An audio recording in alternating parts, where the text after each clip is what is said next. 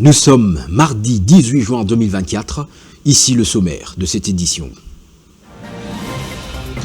La transparence dans la gestion des fonds publics, l'IGF et le ministère de la Justice apparemment déterminés à renforcer le front anti-corruption et anti-criminalité financière. Le nouveau ministre de la Justice demande à l'inspecteur général de finances de lui transmettre tous les rapports de corruption des 3 dernières années. Mais jusqu'où ira Constant Mutamba? C'est la question que beaucoup d'observateurs avertis se posent. Affaire émolument d'un député national au Congo-Kinshasa, les sujets suscitent encore la controverse. 5 millions de dollars ou plus, combien touche réellement un député national? Entre Vital Kamerhe et les chiffres, qui dit la vérité? Question embarrassante, mais pas énigmatique. Et puis, transport en commun à Kinshasa, l'absence des parkings pour taxi-moto crée un désordre sur les voies publiques jusqu'au rétrécissement de plusieurs artères, une situation qui accentue les embouteillages. Vous suivrez les constats de nos reporters ce mardi 18 juin au rond-point Willery. Après les grands titres, voici le développement. D'abord, la situation humanitaire dans la partie est de la RDC. Ces sujets étaient au cœur d'un entretien entre la délégation de l'Union européenne conduite par le commissaire chargé de la gestion des crises Jean-Zé Lenarcic et Félix Tshisekedi. C'était lundi 17 juin à la cité de l'Union africaine à Kinshasa. Tard dans la soirée, suivez.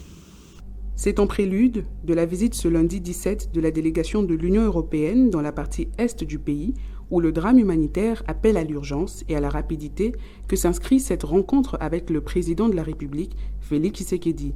Plusieurs camps des déplacés seront visités selon l'agenda présenté par les envoyés de l'Union européenne au chef de l'État congolais.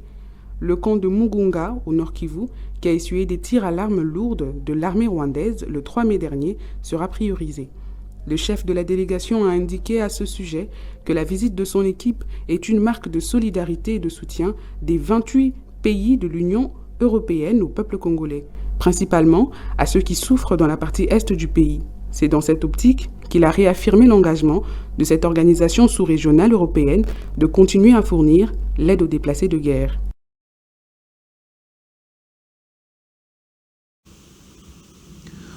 Renforcer les fronts anti-corruption et anti-criminalité financière en République démocratique du Congo, la question a été au centre des échanges à Kinshasa entre Jules Alinguete, le numéro 1 de l'IGF, et Constant Mutamba, le ministre de la Justice et garde des Sceaux. L'objectif serait de créer la transparence dans la gestion des fonds publics. Constant Mutamba a demandé à l'IGF de lui transmettre tous les rapports de corruption de ces 3 dernières années au ministère. Suivez Jules Alinguete au sortir de cet entretien. Il nous a donner des diligences à faire le plus rapidement possible, notamment transmettre tous les rapports de ces 3 dernières années ayant établi des faits de corruption et criminalité financière pour que le ministère de la Justice s'en occupe. Donc nous allons rapidement, dans les 72 heures, recenser tous les rapports ayant établi les faits de criminalité financière pour les transmettre à l'autorité. Deuxièmement, il y a une série d'audits qui vient d'être commandés à l'inspection générale des finances, notamment l'audit de tous les fonds mis à la disposition de la République pour l'indemnisation des victimes de Kisangani. Et ce travail a déjà commencé aujourd'hui. Une équipe d'inspecteurs des finances est en route pour Kisangani pour essayer de vérifier ce qui a été fait des fonds mis à la disposition de l'établissement public Fliviao qui a été créé et qui devait gérer ces fonds. Il y a également l'audit des travaux de réhabilitation des palais de la justice par la société Milvest, que l'autorité voudrait que nous puissions mettre à sa disposition tous les éléments, les contrats, les fonds libérés, les niveaux d'exécution financière et les niveaux d'exécution physique des travaux. Il y a aussi l'audit de tous les fonds mis à la disposition du ministère de la Justice pour fonctionnement de ces ministères. Affaire émolument d'un député national, 5 000 $ ou plus. Combien touche réellement un député national? Entre Vital Kamerhe et les chiffres, qui dit la vérité? Question embarrassante, mais pas énigmatique. Ebenezer Bouanga nous en parle dans ce récit. Leur salaire peut être vérifié par tout le monde et je mets quiconque au défi de prouver que les députés gagnent 21 000 $. 21 000 $ américains ou 5 000? Combien touche réellement un député national en République démocratique du Congo? Controverse autour de la question. Le dernier propos du président de l'Assemblée nationale ont jeté de l'huile au feu. Un débat très politisé. En 2020, sous Janine Mabunda, l'Assemblée nationale soumettant au Premier ministre l'augmentation de 2 000 $ les émoluments de députés. Une année plus tard, Martin Fayulu ramène la question sur la table. Mais l'actuel président de la Chambre basse du Parlement, Vital Kamerhe, peut-être animé par les soucis de la recevabilité, a balayé du revers de la main le chiffre de 21 000 $ comme salaire d'un député national. Selon lui, c'est 5 000 $, soit 14 millions de francs congolais. Car aujourd'hui, les députés, tout avantage confondu à 14 millions de francs congolais. Que des réactions après cette déclaration. L'ODEP, Observatoire de la dépense publique, affirme que le salaire d'un député national avoisine le 9 000 $. Les avantages incluent un montant qui varie jusqu'à 21 000 $ selon cette structure.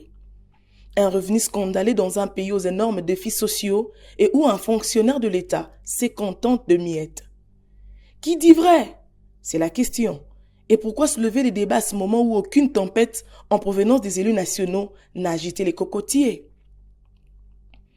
Toutefois, se basant sur la loi des finances 2024, les émoluments des députés nationaux sont fixes, c'est-à-dire 9 361 $ américains.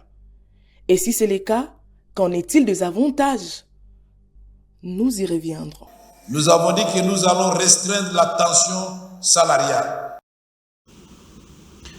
Jean-Jacques Poroussi, le gouverneur du Sud Kivu nouvellement élu, et son fils Jean-Jacques Elokano ont été honorés ce dimanche 16 juin au Fleuve Congo Hotel par des notables de cette province présents à Kinshasa au cours d'une réception. Une occasion pour les différentes personnalités de vider le fond de leur cœur sur ce qui se passe dans cette partie du pays.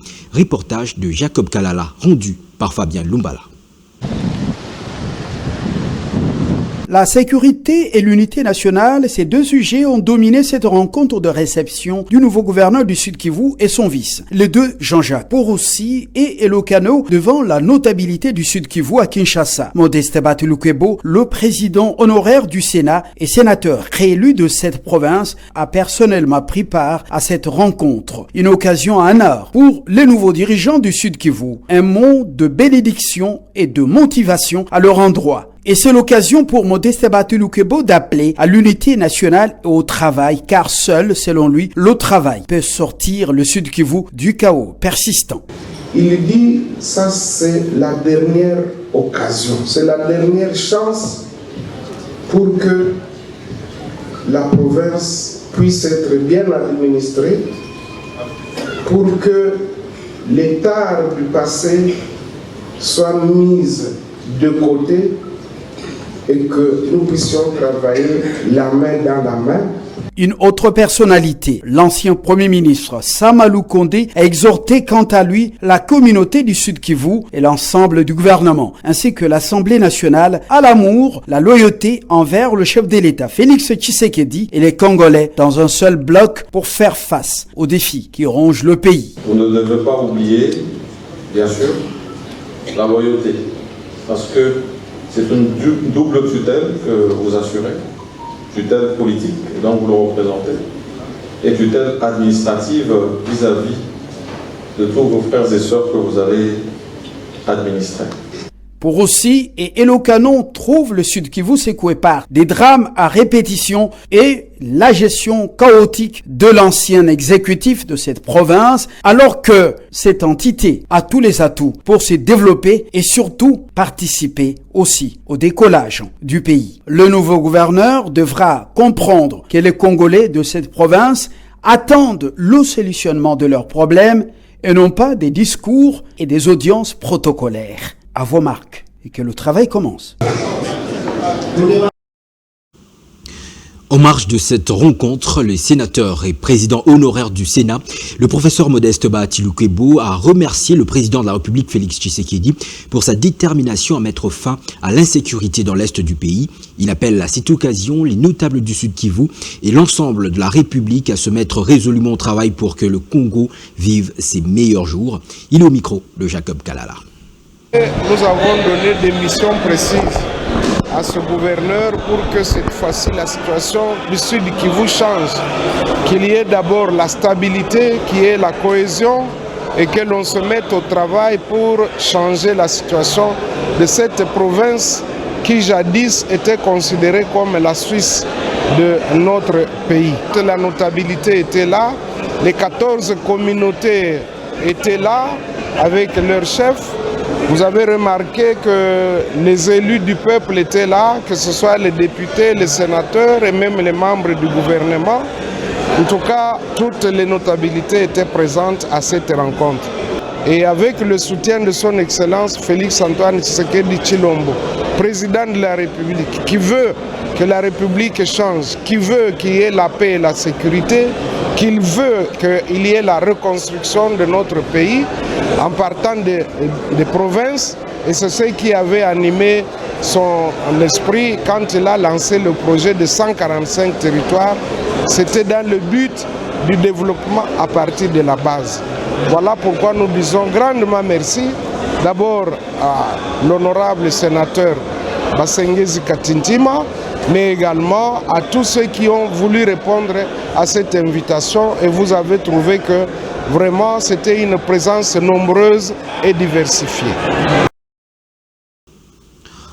Effort de la construction du pays par la formation de la jeunesse, la province de l'Équateur envoie le premier groupe de 200 jeunes, dont 50 sont des volontaires, à Kanyamakasese, dans le Haut-Katanga, pour diverses formations afin de se rendre utile à la nation en abandonnant pour certains des pratiques qui n'honorent pas leur âge.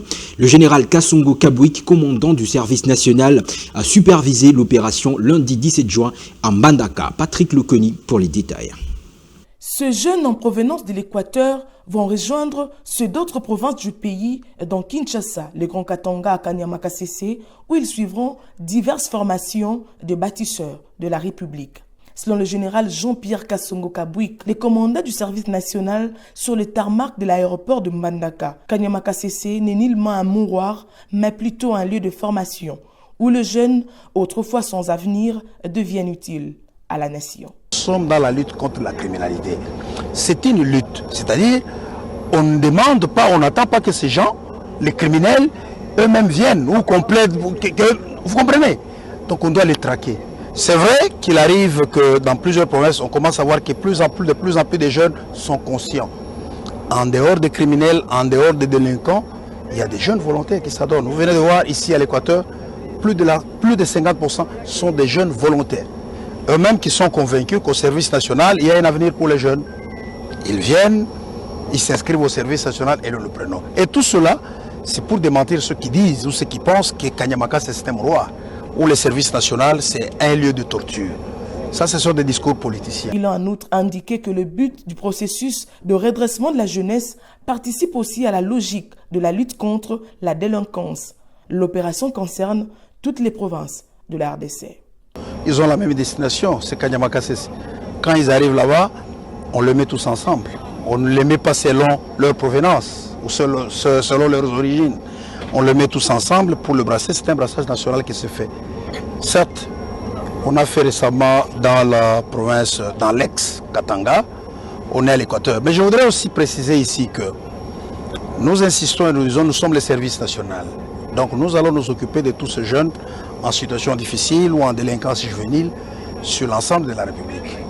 Créé peu après la prise du pouvoir par Laurent Désiré Kabila, le service national redynamisé remplit de plus en plus ses tâches après plusieurs années de ralentissement. Bunia, chef-lieu de la province de l'Ituri, dans un élan de modernisation. Les quartiers jadis reculés du chef-lieu de cette province changent progressivement leur image. C'est le cas de la route Bigo-Moudzipela, asphaltée pour le bonheur de la population. Junior Selemani nous en parle dans ce reportage. Muzipela, un quartier jadis considéré révolutionnaire et moins développé situé dans le faubourg nord de la ville de Bunia, bénéficie à ce jour l'asphalte avec l'avènement de l'état de siège, une première dans son histoire, un motif de joie pour les habitants de ces quartiers. Nous disons merci parce que nous souffrions. La route devenue fluide, ce que le gouverneur fait, qu'il continue. Depuis que le gouverneur Luboya a commencé son travail, il dépasse tous les gouverneurs civils. Aujourd'hui, nous marchons sur les goudrons, les hôpitaux sont réhabilités. C'est à nous de faire l'entretien. Il faut féliciter les autorités, le gouverneur militaire, le président de la République et tout le monde, parce que même dans la sélection des avenues qui sont en train d'être asphaltées à Bunia, il n'y a pas de discrimination. On donne la chance à tous les quartiers du nord au sud, de l'est à l'ouest de la ville. Je crois que grâce au goudron, les opérateurs économiques vont maintenant s'investir. Et c'est l'invitation que je leur lance pour construire Muzipela. Ce genre de maisons au bord de la route, on n'en veut pas. Et je crois que Muzipela aura la chance maintenant, elle aussi, de se développer comme tous les autres quartiers de la ville. La modernisation de la ville de Bunia change du jour au jour l'image du chef-lieu de l'Ituri. Aujourd'hui, plusieurs avenues, boulevards et quartiers entiers dans les communes de Nyakasanza, Mbunya ainsi que Chari subissent une transformation jamais auparavant. Ceci grâce à l'appui financier du gouvernement central d'une part et d'autre avec la bonne gouvernance du lieutenant général Luboya Nkashoma John qui fait le suivi de plusieurs projets exécutés à Ituri, une province en voie de sa stabilité et son développement. En boucle avec ce qui se passe dans le transport en commun à Kinshasa, une ville qui n'a pas prévu de parking public pour les taxis-motos. Conséquence, les conducteurs de ces moyens de déplacement ont sémé un désordre sur les voies publiques jusqu'au rétrécissement de plusieurs artères, une situation qui accentue les embouteillages. Nos reporters ont fait le constat ce mardi 18 juin au rond-point des Huileries. Suivez. Nouveau moyen de transport en commun à Kinshasa, le moto-taxi rajoute de malheur à l'opinion des dossiers de fluidité de la circulation routière dans la capitale congolaise. Le rétrécissement de la chaussée par de mauvais stationnements et l'absence de parking provoquant du coup des embouteillages monstres comme c'est le cas ici au rond-point Huileries. Un carrefour portant inévitable en direction ou en provenance des centres d'affaires de Kinshasa vers d'autres municipalités. Biso tozo parquet awa pona normalement biso ba moto to na parking te. Ba bengana biso mettre for a pona likambo tali parking. Mais non tala bien boye biso bato moto to na parking fixe te. Mettre for bazo awa bazo bengana biso bazo au mona oso bakangi moto. Le souhait des motocyclistes est de voir les autorités publiques prendre à cœur le dossier de construction de parkings de mototaxis. Certains frais peuvent même servir de cette cause. L'État a imposé des taxes. Auparavant, on a dit pour me bien. Mais on va s'organiser, on va taxes. Taxes, on a un bon, on a évité Moussani et Salah. Bosombi tax banzela et toboka banzela est bien exaté. Parking place et hôtel exaté. À noter que parmi les conséquences liées à l'absence de parking pour des mototaxis figurent aussi les accidents fréquents de circulation routière entre les altercations en répétition entre des conducteurs de motos, taxis et des agents de la police de circulation routière.